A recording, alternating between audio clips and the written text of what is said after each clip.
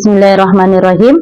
Kali ini kita akan membahas soal OSP esai IPA SMP 2025, yaitu pada soal nomor 46, sebuah akuarium berbentuk balok.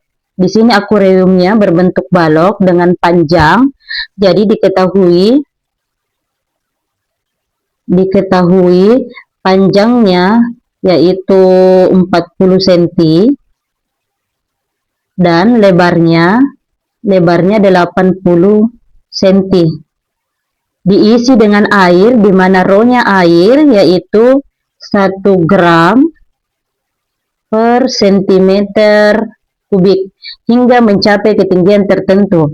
Sebuah benda dimasukkan ke dalam akuarium yang berisi air tersebut pada keadaan setimbang. Di sini diketahui kalau benda tersebut terapung. Jadi berlaku hukum Archimedes. Ketinggian air pada akuarium bertambah sebesar 2 mm.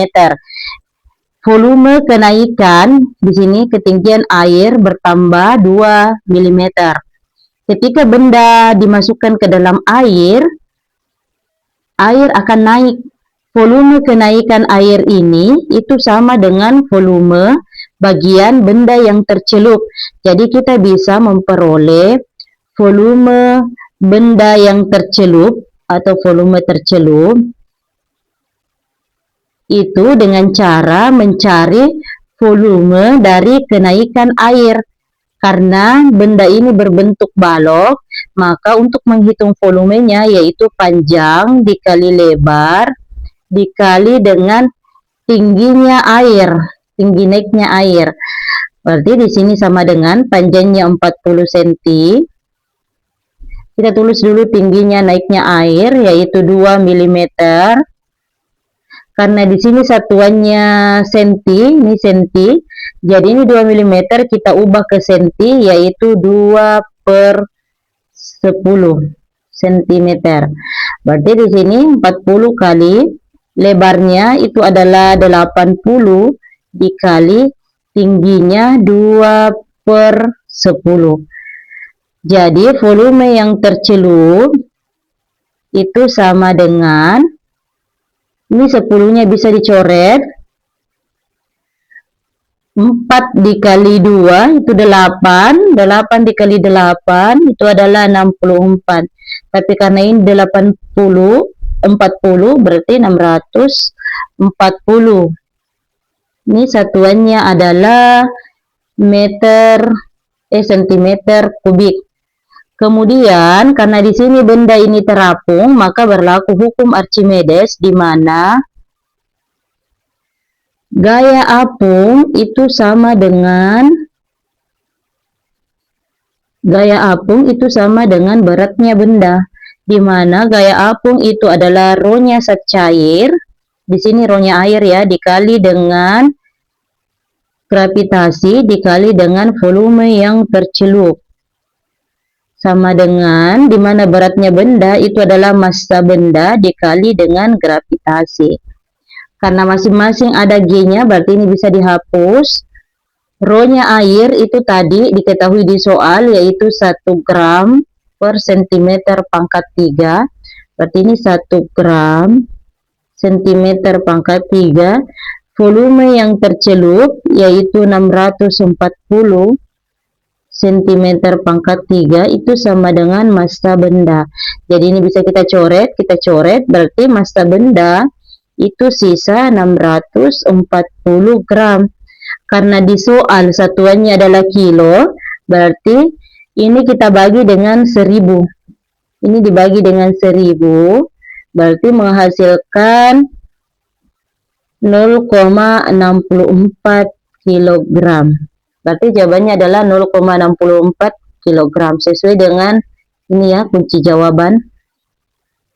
Untuk soal selanjutnya yaitu sebuah bandul sederhana berupa bola bermassa 60 digantung pada tali sepanjang 20 cm. Berarti diketahui L-nya itu adalah 20 cm. Gravitasinya 10, bola pada bandul bermuatan listrik, sehingga ketika bola lain juga bermuatan listrik didekatkan padanya, bandul mengalami penyimpanan. Jarak horizontal, ini jarak horizontal terhadap posisi kesetimbangan itu adalah 4 cm. Jadi kita tulis X-nya sama dengan 4 cm, 4 mili. 4 mili.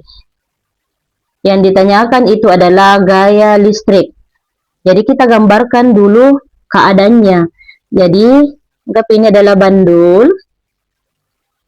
Keadaan setimbang itu adalah posisi di sini. Tapi karena anggap di sini diberi muatan dan bendanya juga ada muatannya, misalnya bendanya adalah muatan negatif, itu kan akan tarik menarik sehingga benda ini akan ditarik. Oke, jadi di sini bendanya menyimpang. Ini menyimpang sejauh X. Menyimpang sejauh X. Ini adalah panjangnya tali. Gaya yang di sini adalah gaya tarik atau gaya listriknya. Karena ini kan bendanya ditarik, tarik menarik. Sedangkan yang arah ke bawah ini adalah gaya berat atau W-nya. Nih, kalau kita teruskan ini gambarnya, kita teruskan gambarnya, perbaiki dulu ya. Salah. Ini kita teruskan gambarnya. Oke, berarti kita kasih garis bantu untuk memudahkan. Karena di sini adalah sudut theta, berarti ini juga tetanya. Tetanya berarti tetanya juga di sini ya posisinya. Oke. Karena yang dicari adalah FL, kita bisa gunakan yaitu ini tan theta, ini yang dicari ya. Berarti tan theta, tan itu adalah depan per miring. Depannya itu karena sudutnya di sini, berarti depannya adalah yang ini. Panjangnya ini itu sesuai dengan yang ini, gaya listriknya. Berarti depannya itu FL dibagi dengan miringnya. Depan per samping ya. Sampingnya itu adalah yang ini. Berarti gaya ini, yang warna hijau ini adalah gaya berat. Berarti dibagi dengan W. Karena sudutnya, sudut dianggap kecil. Pada sudut kecil, tan theta itu sama dengan sin theta, di mana sin itu adalah depan per miring. Kalau kita menggunakan sudut yang ini, kan besarnya sudut yang di sini itu sama dengan besar sudut yang sebelah sini. Kalau kita perhatikan sudut yang di sini, depannya sudut ini adalah X. Berarti kita bisa ganti ini sin theta itu sama dengan FL per W, karena kan dia sudutnya kecil. Jadi tan theta itu sama dengan sin theta. Jadi tan theta di sini diganti dengan sin theta. Karena sin itu adalah depannya sudut ini adalah X, berarti kita bisa pakai X per miringnya itu adalah garis yang ini. Ini adalah L, panjang tali. Berarti X per N, FL per omega. Sehingga X-nya itu diketahui adalah 4 cm. Karena di sini 4 mili, karena di sini mili, berarti ini cm kita ubah ke mili. Berarti dia adalah 200 mm. Sehingga X-nya diganti dengan 4 mili dan L-nya diganti dengan 200 mili, itu sama dengan FL per W itu gaya berat, massa dikali dengan gravitasi. Jadi bisa kita cari, karena yang kita cari adalah FL. Kita cari FL, berarti untuk memudahkan, berarti kita kali di sini M kali G, itu memudahkan perhitungan. Ini juga kita kali dengan M kali G. Jadi bisa dicoret, kita bisa coret ini M-nya, G-nya bisa dicoret juga. Berarti FL-nya itu bersisa M-nya di soal yaitu 60 gram. Kita ubah ke kilo, berarti kita bagi 60 dibagi 1000. Berarti M-nya itu adalah 60 dibagi 1000 dikali gravitasinya itu 10 dikali ini M-nya milimeternya sudah habis ya, berarti 4 dibagi 200. Yang mana bisa kita coret? Kita coret yaitu 10-nya dengan 0-nya 1, ini juga 0 dengan 0-nya 1 di bawah. Sehingga ini juga 4 dibagi 2 itu adalah 2. Jadi yang bersisa yaitu 6 dikali 2, ini 6 dikali 2 itu adalah 12 dibagi dengan 1000 sama dengan FL. Sehingga gaya listriknya yaitu 0,012 Newton. Ya, untuk soal selanjutnya yaitu di sini soalnya tentang taraf intensitas bunyi, di mana diketahui sebuah mesin artinya jumlah mesinnya itu adalah 1. Saat beroperasi menghasilkan bunyi dengan taraf intensitas. Ketika jumlah mesinnya 1 dihasilkan taraf intensitasnya itu adalah 80 desibel. Ketika jumlah mesinnya 100, ini dioperasikan secara bersamaan, berarti jumlah mesin yang kedua itu adalah 100, ditanyakan berapa taraf intensitasnya. Berarti kita bisa menggunakan persamaan taraf intensitas.